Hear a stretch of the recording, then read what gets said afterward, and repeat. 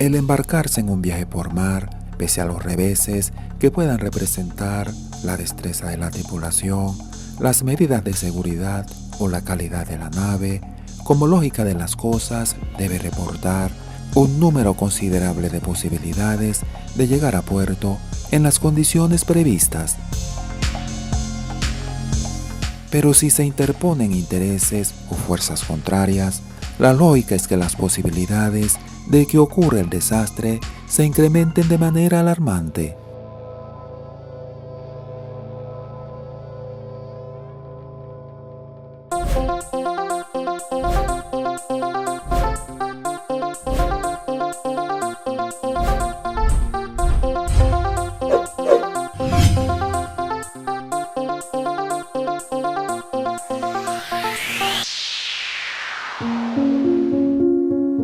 Primero de mayo de 1915, 11:45 de la mañana, un enorme transatlántico acaba de dejar el puerto de Nueva York con rumbo al Reino Unido.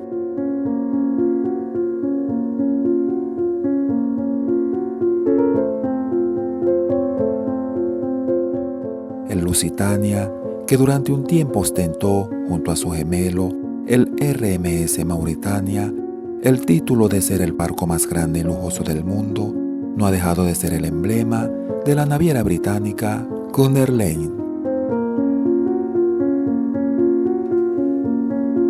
Construido en 1906 en los astilleros de Cleveland, Escocia, según el diseño de Leonard Pesquet, tiene una eslora de 240 metros, una manga de 26,52 metros y capacidad máxima para 2.198 pasajeros, además de los 850 tripulantes.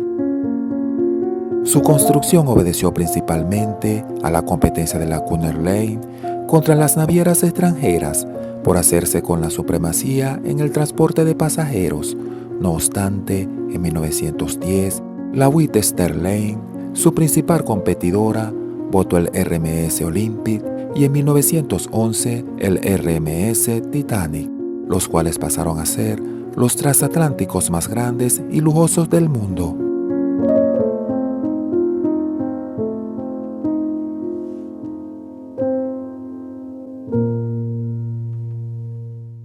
A las 14 horas, el Lusitania enfila rumbo al Mar del Norte, preparándose para hacer frente a la inmensa masa de agua que le ha valido el nombre de transatlántico a este tipo de embarcaciones. Pero los tiempos no se perfilan como la mejor época para los viajes comerciales, un conflicto que se conocería en los anales de la historia como la Primera Guerra Mundial tiene un año de haberse iniciado, y Alemania, el principal país detrás de esta contienda, está desplegando tecnología de punta para atacar a sus enemigos. La principal de estas invenciones está representada por el submarino U-Boat U-20, una nave concebida para atacar y hundir desde las profundidades buques enemigos. Los avances de Alemania en la conquista del mar no pasaban desapercibidos para el resto de los países, entre los que ya se corrían las noticias de los barcos hundidos por los submarinos alemanes, principalmente barcos pertenecientes a las Fuerzas Armadas británicas. Y aunque los barcos comerciales no debían convertirse en objetivo de tales acciones, ya algunas naves de esta categoría habían sido víctimas de tales ataques. La preocupación al respecto había ido en aumento y se habían implementado algunas prácticas dirigidas a camuflar de alguna manera los barcos comerciales y evitar que fuesen atacados. Además de ello, algunos barcos comerciales, como el Lusitania, fueron acondicionados para transportar en sus viajes de retorno al Reino Unido arsenales armamentísticos en sus bodegas, por lo que su papel de embarcaciones netamente comerciales sería cuestionado por Alemania. Esta última dio un paso más en las hostilidades al declarar el 18 de febrero de 1915 como área de guerra la zona marítima alrededor de las Islas Británicas, Esto siguiendo la posición previa de los británicos de considerar el Mar del Norte como zona de guerra, siendo partidarios de hundir cualquier embarcación con pabellón alemán, aunque solo transportara alimentos, valiéndose para ello de la superioridad de la Royal Navy. Superioridad que perdió sus cimientos cuando Alemania puso en servicio sus submarinos.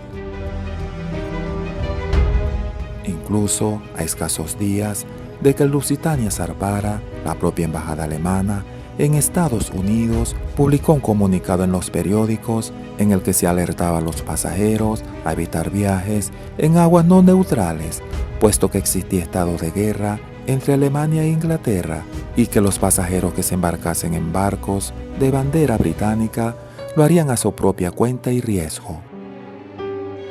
Pese a dicho anuncio, el 1 de mayo de 1915, a las 11:30 de la mañana, el Lusitania partió del muelle 54 del puerto de Nueva York al mando del capitán William Thomas Turner, con una carga de 1.959 pasajeros y un arsenal armamentístico de 4 millones de proyectiles repartidos en 5.400 cajas en sus bodegas, además de cobre y latón para uso militar. El navío tenía como destino habitual el puerto de Liverpool. El día anterior, un U-20 partía desde Bochum con rumbo a Irlanda del Norte, al mando del capitán Walter Schwieger. El día 7 de mayo, el Lusitania arribaba a aguas territoriales de Irlanda. No obstante, el capitán notó que el Juno, el barco de la Fuerza Armada Británica, que debía escoltarlo hasta Liverpool, como era la costumbre, no se encontraba en la zona. Sin embargo, decidió continuar el curso hasta su destino. Para entonces, el submarino alemán ya había atacado 3 embarcaciones en la costa sur de Irlanda y pretendía retornar a su base por falta de combustible.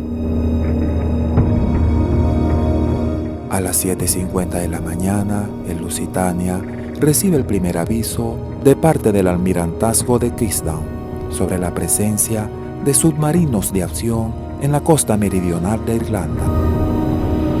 El siguiente aviso llegó a las 8:30, alertando sobre la presencia de submarinos en el área de Fosnet, recomendando pasar a toda velocidad por las áreas portuarias y mantenerse en el centro del canal. A las 12:30, el barco recibió la recomendación de desviarse hasta Queenstown. A las 12:40, otro aviso advierte sobre la presencia de un submarino avistado en horas de la mañana a 5 millas del Cabo Clear con rumbo oeste. Es entonces cuando el capitán ordena cambiar el rumbo para dirigirse más a tierra. A las 14 horas, el buque llegó a las adyacencias del promontorio de Kingsley. Fue entonces cuando el submarino alemán avistó al Lusitania. A las 14:10, el capitán del navío ordena otra modificación en el curso para entrar en el canal de San Jorge, pero el U-Boat estaba en posición de ataque a 700 metros de distancia y disparó el único torpedo que le quedaba.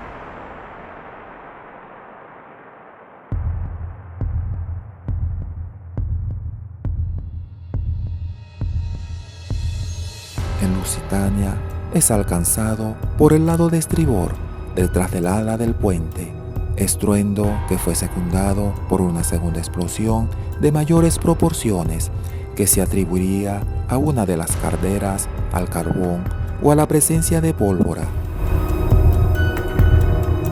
El buque escoró rápidamente a estribor, lo que imposibilitó el acceso a los botes salvavidas y el escape de los pasajeros. Muchos de estos quedaron atrapados en las entrañas del barco, que en menos de 20 minutos desapareció de la superficie, dejando sobre esta una estela de sobrevivientes bajo el asedio de las olas. Solo 761 pasajeros sobrevivieron de los 1959 que abordaron el barco. El siniestro se cobró un total de 1.198 vidas.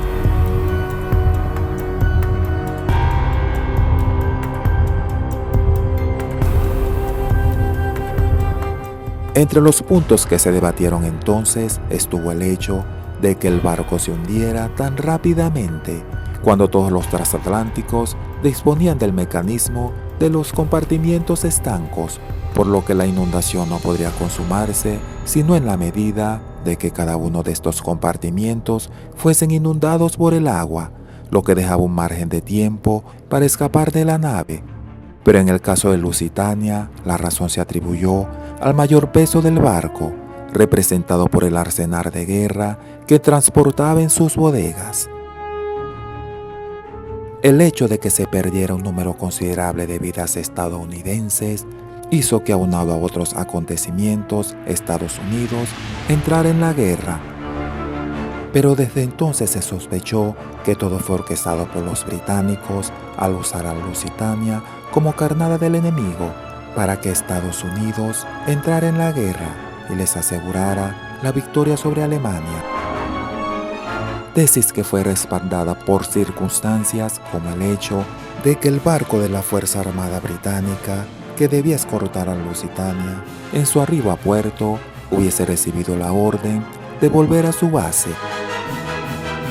El capitán del submarino alemán fue considerado como criminal de guerra tanto por la prensa británica como la estadounidense.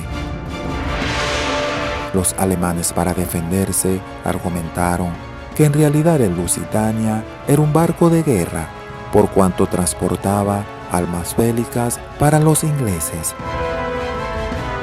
Aunque esto fue negado por los británicos, en lo sucesivo se demostró que efectivamente el Lusitania transportaba en sus bodegas material de guerra. No obstante, y sean cuales sean las razones esgrimidas por uno y otro bando, la lógica de las cosas era que un comunicado de prensa que anunciara un probable hundimiento en aguas no neutrales y que esas aguas fuesen el destino de los aspirantes a viajar al Reino Unido hubiese mermado la cantidad de pasajes vendidos para abordar al Lusitania, o que cuando menos no hubiese sido suficiente para sufragar los gastos de operatividad del barco, por lo que la travesía jamás se habría realizado. Pero desafiando toda lógica, el buque embarcó una cantidad terriblemente cercana a su capacidad máxima. Sin lugar a dudas, un claro ejemplo de lo que ocurre cuando la lógica obedece a circunstancias como el desafío al subestimar o desconocer lo que un conflicto bélico puede ocasionar.